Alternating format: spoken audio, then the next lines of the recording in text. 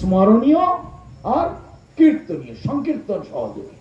তা সব থেকে ভালো হয় উচ্চ স্বরে সংকীর্তন করলে। তা আপনারা উচ্চ স্বরে সংকীর্তন করেছেন। ইন্দ্রদেব এই ভালো খবরটা পেয়ে ভগবানের কাছে রিপোর্ট পাঠিয়ে দিয়েছেন। ভক্তদের জ্ঞান চক্ষু খুলেছে, এরা আপনার নাম কীর্তন করেছে। ভগবান তখন সাইনটা করে দিলেন, এদিকে অ্যালাউ হয়ে গেল। এখানে কোনো রাস্তাঘাট স্যাংশন হতে গেলে উপরের অফিসে যেতে হয় কিনা, বিডিওর কাছে গেলে হবে না, তার উপরে গেলে হবে না, বলে উপরে থেকে লিখে নিয়ে আসো, উপর থেকে অর্ডার বের করে নিয়ে আসো। তাই ইন্দ্রদেব ভগবানের কাছে, ব্রহ্মার কাছে খবর দিলেন, ব্রহ্মা আবার কৃষ্ণের কাছে খবর দিলেন, সেখান থেকে অর্ডার পাস হয়ে আসলো, মুষলধারে বৃষ্টি হলো। ওরা এখনো পর্যন্ত সেই কথা বলে।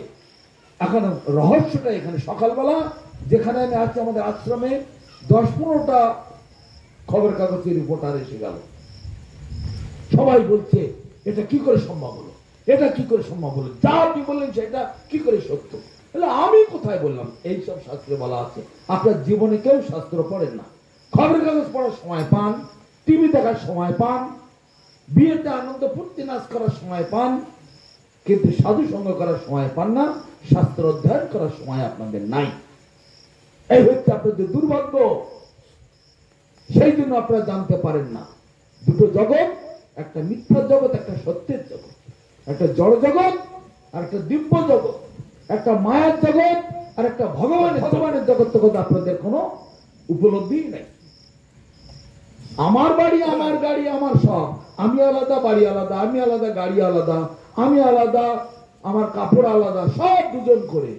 তা যখন ডাক্তারের কাছে যান, আমার শরীর খারাপ, তাহলে আমি আলাদা, শরীর আলাদা। সেটা কি আপনাদের জ্ঞান হচ্ছে? সেই বুদ্ধি ওই আমিটাকে শরীর, শরীরটাকে আমি, এই বলে বসে থাকে। ওইখানে তালগোল পাকিয়ে যায়, ফর্মুলা ভুল হয়ে যায়। সেই জন্য আপনাদের মাথায় কিছু ঢোকে না, সেই জন্য আপনাদের সমস্যাও সমাধান হয় না। এখন পরবর্তী কথা, বিকালবেলা দেখছি আরো অনেক ঝামেলা। আপনাদের এলাকায় বৃষ্টি হয়েছে, আমাদের এলাকায় হলো না কেন? আমি বলি কত দূর মাইক লাগিয়েছিলে? বলে এই স্টেজে 8টা-10টা লাগিয়েছে আর বাইরে 25-30টা লাগিয়েছে। মাইকের আওয়াজ কত দূর গেছে? বলে এত দূর পর্যন্ত গেছে। যে পর্যন্ত বৃষ্টি হয়েছে, ওই মাইকের আওয়াজ যতদূর গিয়েছে ততদূর বৃষ্টি হয়েছে। মাইকের আওয়াজ মানে হরিনাম, নাম ব্রহ্ম, শব্দ ব্রহ্ম, যতদূর যাবে ততদূর অশুভ প্রভাব কেটে যাবে। সেই জন্য বাড়িতে মহাপ্রভু বলেছেন, 7-5 মিলি নিজ দ্বারেতে বসিয়া সংকীর্তন করহ সবে হাতে তালি দিয়া। কিন্তু কেউ কি করেন? হাজারো বারে কথা বলেছি, সব বাড়ি বাড়ি কেউ কথা শোনেন না। 7-5 মিলে ভালো মন্দ খাও, 7-5 মিলে টিভি দেখো, 7-5 মিলে ঝগড়াঝাটি করো, এইটাই পাও। এইটাই খুব এক্সপার্ট এইসব বিষয়ে। কিন্তু মহাপ্রভু বলছেন 7-5 মিলে করো হরিনাম সংকীর্তন নিজের বাড়িতে। আর প্রত্যেক বাড়িতে 4-5 করে লোক আছে, মা আছে, বাবা আছে, দাদু দিদা আছে, নাতি পুতি আছে, 5-7 করে আছে কিনা? যদি না থাকে আশেপাশের লোক তো সেটা জোগাড় করে নেবো, 8-10 জন হয়ে গেল, 100 নাম কীর্তন করা যায় না। কিন্তু কারো এই নামেতে বিশ্বাস নাই। তারপরে তখন সে রিপোর্টারদেরকে বলা হলো, দেখো হরিনামের আওয়াজ যত দূর গেছে ততদূর বৃষ্টি হয়েছে, বাকি তোমরা মাইকটাকে আরো কিছু বাড়াতে পারোনি, তা আমরা জানবো কি করে? তা ঠিক আছে, তাহলে আজকের বিকেলে আমাদের গ্রামে হোক। সেখান থেকে আবার 8-10 মাইল দূরে আর একখানা গ্রামে নিয়ে প্রোগ্রাম করেছে। সেই রকম ভাবে প্রোগ্রাম হলো, মুষলধারে বৃষ্টি। সেই এলাকায় যতদূর মাইক সেট করেছে ততদূর পর্যন্ত বৃষ্টি। আবার আর এক প্রান্ত থেকে তারাও সে একই কথা। আবার তারপরের দিন আবার আর এক প্রান্তে গিয়ে অনুষ্ঠান হলো, সেখানেও আবার বৃষ্টি। এইভাবে যে পুরো একটা মাস বিভিন্ন প্রান্তে এরকম হরিনাম হতে লাগলো, মুষলধারে বৃষ্টি হতে লাগলো। এটা গল্প কথা নয়, সাজানো কথা নয়, 100 ভাগ সত্য কথা। আমার সঙ্গে একটা উকিল গেল, সেও পর্যন্ত একটা পত্রেতে লিখেছে, এইরকম অলৌকিক কাণ্ড আমি জীবনে কখনো শুনিনি। তোমরা তো লয়ার মানে লায়ার, মানে সত্যকে মিথ্যা করার মিথ্যাকে সত্য করা, এই তো তোমাদের কাজ। অধর্মবাদ দিয়ে ধর্ম করব, মিথ্যাবাদ দিয়ে সত্যটা বলবো, বা এই অশাস্ত্রবাদ দিয়ে শাস্ত্রটা পড়বো, এসব জ্ঞান কি তোমাদের আছে? লয়ার মানে তো লায়ার। এটা স্বামী মহারাজ শ্রী ভক্তিবেদান্ত স্বামী বলেছেন, মিথ্যা কথা বলা। তো তোমরা এসব বিশ্বাস হবে কি করে? আজকে পর্যন্ত সে ফোন করে, আর মরিশাসে যখন যাই তখন সেই কথা ওরা স্মরণ করে। এরকম অলৌকিক কাণ্ড। এদিকে একটা এই বর্ধমানে যেতে কর লাইন আছে না, কি যেন বলে, ডানকুনি বলে একটা লাইন আছে না, ডানকুনি আছে না, ডানকুনিতে নেমে ভিতরের একটা গ্রাম আছে, গ্রামের নামটাও ঠিক মনে পড়ছে না, সেখানে একবার গিয়েছি, আমি একা গিয়েছি সেখানে। তা সেখানে কি, 20 তলায়, শ্রাবণ মাস প্রায় শেষ, 20 তলায় সে ধান গাছগুলো এক বিঘেত করে হয়েছে, সব শুকিয়ে যাচ্ছে। আর গ্রামে গ্রামে আমি একটু ঘুরতে গিয়েছি, হরে কৃষ্ণ বলে বাড়তে বাড়তে ঢুকছি, সকলের বাড়ি একই কথা। ঘুরতে ঘুরতে ঘুরতে ঘুরতে ঘুরতে ঘুরতে যখন ফিরে আসছি, শেষকালে একটা বড় বাড়িতে ঢুকেছি, খেয়ে দিয়ে করে ঢেকুর তুলতে তুলতে উঠছে। আর আমি সেই সময় গিয়েছি, আর আমার সঙ্গে একজন ছিল, সে ছিল ওখানকার লোক, আমাকে বাড়িতে নাতে গিয়েছিল, এই বাড়িতে আসুন, এই বাড়িতে আসুন। সেই বাড়িতে ওরা বলছে আজ জ্যৈষ্ঠী গেল, আষাঢ় গেল, শ্রাবণ গেল, শ্রাবণ শেষ, ভাদ্র আসার মতো হয়েছে, তাহলে আর ধান কবে হবে? ছেলেপুলে কি খেয়ে বাঁচবে? বলতে এটাকে কার দোষ? তোমাদের দোষে এটা হচ্ছে। তোমরা ভগবানকে মানো না, ভগবানের ম্যানেজমেন্টটাকে তোমরা স্বীকার করোই না। গীতাতেও ভগবান বলেছে যে আমি আলো বাতায় দিচ্ছি, আমি জল দিচ্ছি, জলের থেকে শস্য হচ্ছে, শস্য যজ্ঞ হচ্ছে, যজ্ঞের থেকে ধোঁয়া উৎপন্ন হচ্ছে, ধোঁয়ার থেকে মেঘ তৈরি হচ্ছে, মেঘের থেকে বর্ষণ হচ্ছে, বর্ষার থেকে শস্য হচ্ছে। এগুলো গীতাতে নেই? আপনারা তো খুব গীতা পড়েন। অতএব যজ্ঞ, যজ্ঞাগ্নি থেকে সব কিছু সৃষ্টি হচ্ছে। সেই ভগবানের নাম যজ্ঞ, হোম যজ্ঞ, জ্ঞান যজ্ঞ কিছুই করেন না, কোনটাই নেই। শুধু কি পাবো, কি খাবো, আরো চাই, আরো চাই, কি ভোগ করবো, এই তো। তো ভগবান আর কত সহ্য করবে? তাহলে কি করতে হবে? খেয়ে দিয়ে ঢেকুর তুলে এখন বলছে কি করতে হবে? একটু আমার সঙ্গে হরিনাম করো দেখি, হরিনাম করো। হরিনাম করার কিছুই নেই, না আছে কল, না আছে কর্তা। আমি বসেছি বৈঠকখানা দক্ষিণ ঘরে, সেখানে বড় বড় 2-3টে কড়াই উল্টো আছে, ধান সিদ্ধ করা কড়াই। আর ওখানে গরু তো চাষ করতে যাওয়া, তখন ট্রাক্টর বেরোয়নি, ট্রাক্টর বেরিয়েছিল হয়তো অল্প অল্প কিছু কিছু, লাঠি পেলাম, ওই গরু তাড়ানো লাঠি, সে লাঠি দিয়ে কড়াইতে বাজাতে লাগলাম। আর ওরা 2-1জন গামলা থালা বাজালো, বাজিয়ে হরিনাম করলাম। সেখানে বাড়ির লোকেরা প্রায় 20-25টা লোক বাড়িতে মান্দার জন্মান্দার রয়েছে 10-12 জন, কিন্তু মাঠ শুকিয়ে, বিস্তরা শুকিয়ে ফেটে যাচ্ছে। কীর্তন আরম্ভ করে দেখি, কিন্তু প্রতিদিন আকাশে মেঘ হচ্ছে, বৃষ্টি হয় না। গড়গড় গড়গড় করে, তো বৃষ্টি হয় না। গুমছো বড় গরম দিচ্ছে, কিন্তু বৃষ্টি হয় না। গাছের পাতাও নড়ে না, এইরকম অবস্থা। পবন দেব রুষ্ট, বরুণ দেব রুষ্ট, শীতলা মাও রুষ্ট, সবাই। ওদের হাওয়াও দিচ্ছে না, জলও দিচ্ছে না, ঠান্ডাও দিচ্ছে না। চিন্তা ওর কি অবস্থা। তাহলে একটু হরিনাম করো না, হরিনামে সর্বসিদ্ধি, মহাপ্রভু বলেছেন। লোকে বলবে এগুলো বানানো গল্প, কিন্তু এখনো পর্যন্ত সেই ফিল্ডে গেলে এসব খবর পাওয়া যাবে। এখন ওরা ফোন করে, মাঝে মধ্যে যাই, তা সেখানে 15 থেকে 20 মিনিট পর্যন্ত হরিনাম করলাম। উচ্চ জোরে জোরে করো, জোরে জোরে করো। মঠের থেকে এসেছেন, তাদের কথা না শুনলে ওর অমঙ্গল হবে। গ্রামের লোকেরা তো এরকম সরল মানুষ, তা করি, সব বলছে যেন সবাই মিলে করি। কেউ হাতে তালি দিয়ে, কেউ থালা বাজিয়ে, আর আমি তো কড়াই বাজাচ্ছি।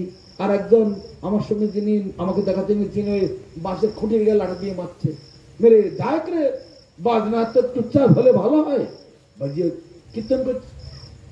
20 মিনিট কীর্তন করা হলো, আর বৃষ্টির জল পড়তে শুরু হলো। মানে এই 20 মিনিট কোন দিকে চিন্তা করার টাইম হয়নি। সবাই মিলে কীর্তন হচ্ছে, জোরে জোরে কীর্তন হচ্ছে। অশুভ প্রভাব সব কেটে যেতে লাগলো। আর মুষলধারে বৃষ্টি, এমন বৃষ্টি শেষকালে বাড়ি আসতে পারি না। যেখানে আমি যে বাড়িতে আছি সেখানে বারবার ফোন করছে, আপনি কোথায়, আপনি কোথায়? বৃষ্টিতে ভাসিয়ে নিয়ে গেল না তো আপনাকে? বলে হ্যাঁ, আমাকে ভাসিয়ে সমুদ্রে নিয়ে গেছে, তোমরা ভালো থাকো। তো এত জোরে বৃষ্টি হচ্ছে, মাঠে একদম হাঁটু জল দাঁড়িয়ে গেল। জঙ্গল পাড়া নাম বলে, জঙ্গল পাড়া, জঙ্গল পাড়া আছে না ওখানে, জঙ্গল পাড়া গ্রামের নাম, এর নামটা মনে পড়েছে। সেইখানে সেই জঙ্গল পাড়া ডানকুনি থেকে নেমে ভিতরে কিছুটা যেতে হয়। তা দেখা গেল হাতে নাতে প্রমাণ, সমস্ত অশুভ প্রভাব কেটে যায়। এত গরম, এত শীত, এত বৃষ্টি, এত ঝড়, আয়লা, সুনামি, এগুলো কেন হয়? এই মানুষের দোষে হয়। এত পশু পক্ষী কেন, কোথা থেকে এলো?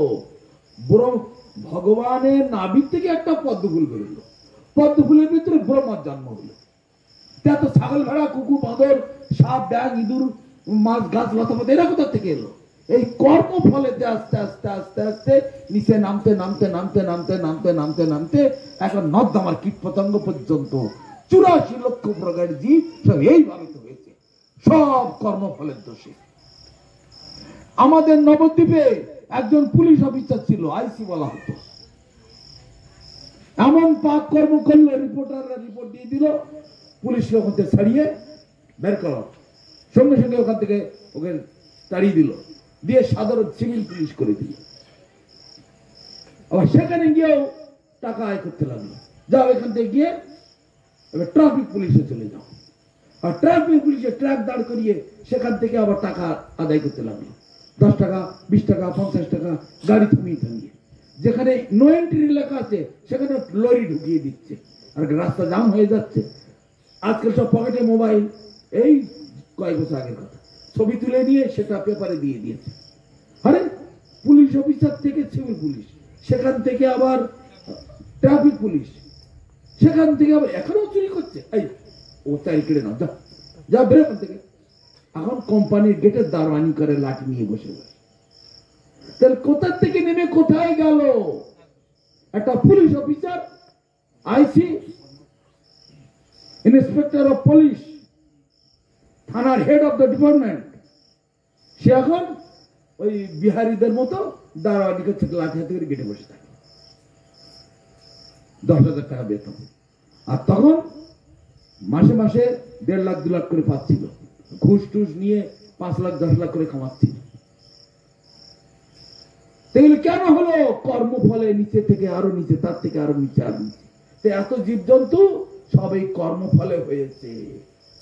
যে যা কর্ম করছো ফলের জন্য অপেক্ষা করো। কিন্তু ভগবান গীতাতে বলছেন, কর্মণ্যে বাধিকারস্তে মা ফলেষু কদাচন।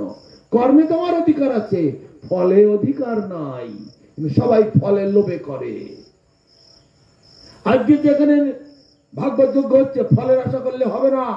হে ভগবান, তোমার সুখের জন্য, তোমার আনন্দের জন্য, তোমার তৃপ্তির জন্য এই তোমার মহিমা, তাই কীর্তন করছি। হে প্রভু, যেন অন্য কিছু ভেবো না।